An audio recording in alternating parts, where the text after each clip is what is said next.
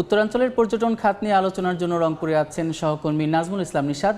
তার সঙ্গে যুক্ত হচ্ছেন বেগম রোকেয়া বিশ্ববিদ্যালয়ের সহযোগী অধ্যাপক ওমর ফারুক। সরাসরি যাচ্ছে সেখানে।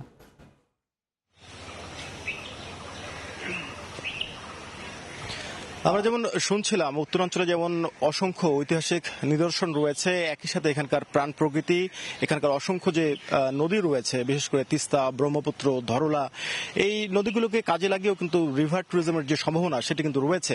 তবে দীর্ঘ সময় পরিকল্পিত উদ্যোগের অভাবে রংপুর অঞ্চলের যে পর্যটন খাত সেটিকে কিন্তু এগিয়ে নেওয়া সম্ভব হয়নি। আজকে আমরা আলোচনা করব রংপুর অঞ্চলে পর্যটন খাতের সম্ভাবনা কেমন এবং সেটিকে আসলে যদি আমরা সামনের দিকে এগিয়ে নিয়ে যেতে চাই সেক্ষেত্রে কি ধরনের উদ্যোগ নেওয়া যেতে পারে। আমার সাথে অতিথি হিসেবে রয়েছেন বেগম রোকেয়া বিশ্ববিদ্যালয়ের শিক্ষক ওমর ফারুক। আমরা সরাসরি একটু আলোচনায় যেতে চাই। আমাদের এই অঞ্চলে প্রচুর ঐতিহাসিক নিদর্শন রয়েছে, বেগম রোকেয়ার স্মৃতিচিহ্ন রয়েছে এবং প্রায় শতাধিক রাজবাড়ি রয়েছে এবং নদীনালা, খালবিলও রয়েছে। এগুলোকে কাজে লাগিয়ে আসলে পর্যটনের সম্ভাবনা কেমন আমাদের উত্তরাঞ্চলে? দেখুন, অনেক ধন্যবাদ আপনাকে আমাকে সংযুক্ত করবার জন্য। বাংলাদেশের সামগ্রিকভাবে যদি বলি তাহলে সমগ্র বাংলাদেশে কিন্তু পর্যটন খাতে এক বিশাল সম্ভাবনা আছে এবং বিশ্ব কিন্তু এই সম্ভাবনাকে কাজে লাগিয়ে বিশ্ব এগিয়ে চলেছে। আমরা দেখছি মালদ্বীপের কথা বলি, মালদ্বীপের কিন্তু তাদের জিডিপির 30% কিন্তু শুধু পর্যটন খাত থেকে আসে এবং বিশ্ব অর্থনীতির কথা যদি বলি, বিশ্ব অর্থনীতিতে প্রায় 10% কাছাকাছি কিন্তু শুধু পর্যটন খাত থেকে আয় হয় বিশ্ব অর্থনীতিতে।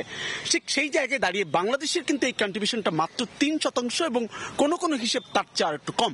ফলে এই জায়গায় কিন্তু আমাদের সম্ভাবনাগুলোকে আমরা কাজে লাগাতে পারছি না। আপনি যদি আজকে একটু দেখবার চেষ্টা করেন যে এই রংপুর অঞ্চলের প্রাকৃতিক যে সৌন্দর্যগুলো সেগুলো, আমাদের ইতিহাস ঐতিহ্য এবং একই সাথে আমাদের কৃত্রিম যে জায়গাগুলো তৈরি হচ্ছে, ভ্রমণের জায়গাগুলো তৈরি হচ্ছে, সবগুলো মিলিয়ে কিন্তু এই জায়গাগুলো যদি আমরা ব্যবহার করতে পারি তাহলে কিন্তু এটা আমাদের অর্থনীতিকে এবং আঞ্চলিক যে কর্মসংস্থানের কথা আমরা সবসময় বলি, সেই আঞ্চলিক কর্মসংস্থান সৃষ্টিতে কিন্তু বড় ধরনের ভূমিকা রাখতে পারে বলে আমার কাছে মনে হয়।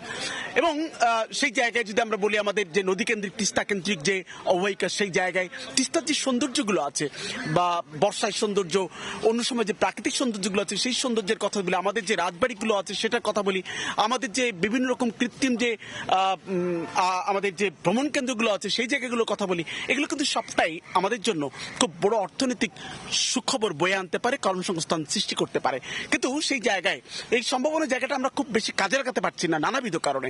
একটা জায়গা আজকে দিয়ে আমি চিলমারির কথা বলি, চিলমারিতে যে একজন মানুষ থাকবে কোথায়, তার থাকবার জন্য জায়গাটা দরকার এবং সেই জায়গায় আমার খুব বড় একটি প্রস্তাবনাটা হচ্ছে যতক্ষণ পর্যন্ত সরকারিভাবে বাংলাদেশের এই প্রান্তিক পর্যায়গুলোতে যতক্ষণ পর্যন্ত যখন আবাসিক একটি বিষয় আপনার কাছে জানবার, আমরা যদি রংপুর বিভাগের কথাই বলি, এখানে নীলফামারীর নীলসাগর, রামসাগর, দিনাজপুরের গুটি কয়েক জায়গা ছাড়া বাকি জায়গাগুলো দীর্ঘ সময়েও কেন আসলে সরকারি সংরক্ষণের আওতায় কিংবা উদ্যোগ নেওয়া সম্ভব হলো না? দেখুন, আমাদের সরকারি পর্যটন খাতকে যে একটি বড় খাত হিসেবে দেখা যেতে পারে সেই জায়গায় আমাদের আসলে মনস্তাত্ত্বিকভাবে অনেকটা পিছিয়ে আছি। এই খাতটাকে আমরা বড় করে দেখবার ক্ষেত্রে আমাদের এক ধরনের পিছপা আছে এবং যেমনটা আমি আপনাকে বলছিলাম যে সরকারি উদ্যোগের পাশাপাশি যদি আমরা বেসরকারি খাতের কথা বলি এবং ব্যক্তি উদ্যোগের কথা বলি, আজকে চিলমারির কথা যেটি বলছিলাম, সেই চিলমারিতে যদি অনেকগুলো, প্রতিটা বাড়ি যদি একটা করে রিসোর্ট হয়ে ওঠে, প্রতিটা বাড়ি যেটা ভারতের অনেক জায়গাতে আছে, আমরা বাড়িগুলোকে তখন ব্যক্তি যে আবাস স্থলগুলো আছে সেগুলো তাদের একটা দুটো করে আলাদা করে রুম তারা কিন্তু পর্যটকদের জন্য ভাড়া দেয়। আমাদের এই নদী অববাহিকা যে জায়গাগুলো আছে, আমাদের যে এই যে পর্যটন কেন্দ্রগুলো আছে, তার পাশেও যদি আমাদের এই ব্যক্তি উদ্যোগে প্রতিটি বাড়ি যদি একটি করে হোটেল হয়ে ওঠে তাহলে কিন্তু একই সাথে ওই পরিবারের কিছু আর্থিক সুবিধা পাওয়ার সুযোগ আছে এবং দ্বিতীয়ত আরো একটি বড় সুযোগ তৈরি হবে, এই অঞ্চলের যে কর্মসংস্থান সেটি বাড়বে এবং আমাদের যে আঞ্চলিক অর্থনীতি সেটি কিন্তু সমৃদ্ধ হবে। আমরা আরেকটা বিষয় দেখছি যে ব্যক্তি উদ্যোগে যে পর্যটন খাতগুলো গড়ে উঠেছে রংপুর, দিনাজপুর এবং পুরো বিভাগ জুড়ে, সেগুলো কিন্তু লাভজনক রয়েছে, লাভজনক অবস্থা রয়েছে, কিন্তু সরকারি উদ্যোগে এত সম্ভাবনা থাকার পরও আসলে কাজে লাগানো যাচ্ছে না। আসলে ছোট করে বলবেন কি ধরনের উদ্যোগ আমাদেরকে নিতে হবে এই মুহূর্তে? দেখুন, বেসরকারি উদ্যোগে যে পর্যটন কেন্দ্রগুলো তৈরি হয়েছে সেগুলোতে কিন্তু একেবারে গরিবদের, মানে নিম্ন শ্রেণীর মানুষদের জন্য সেটা কিন্তু একেবারে তারা ব্যবহার করতে পারে না, খুব ব্যয়বহুল। ফলে আমরা যখন সরকারি উদ্যোগে আমাদের যে ভ্রমণ কেন্দ্রগুলো আছে সেই জায়গাগুলোকে যখন আমরা ব্যবহার উপযোগী করে তুলতে না পারবো, আমরা যখন নিরাপদ করতে না পারবো, আমাদের এই অঞ্চলে যখন পর্যটকদের একটু অভয়ারণ্য তৈরি করতে না পারবো, তখন কিন্তু এই খাতগুলো তখন বেসরকারি খাতের উপরে চাপ পাবে। মানুষ আসলে বেড়াবে। আমাদের জাতীয় পর্যটকের কথা বলি, আমাদের স্থানীয় পর্যটকের কথা বলি, আমাদের আন্তর্জাতিক পর্যটকের কথা বলি, তারা কিন্তু প্রত্যেকেই ভ্রমণ পিপাসু। মানুষ কিন্তু এখন ভ্রমণে প্রচুর পরিমাণ অর্থ ব্যয় করে।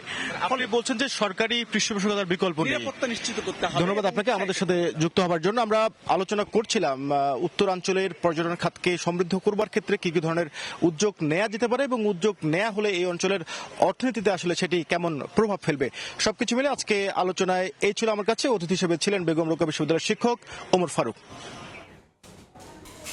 সরাসরি যুক্ত ছিলাম রংপুরে।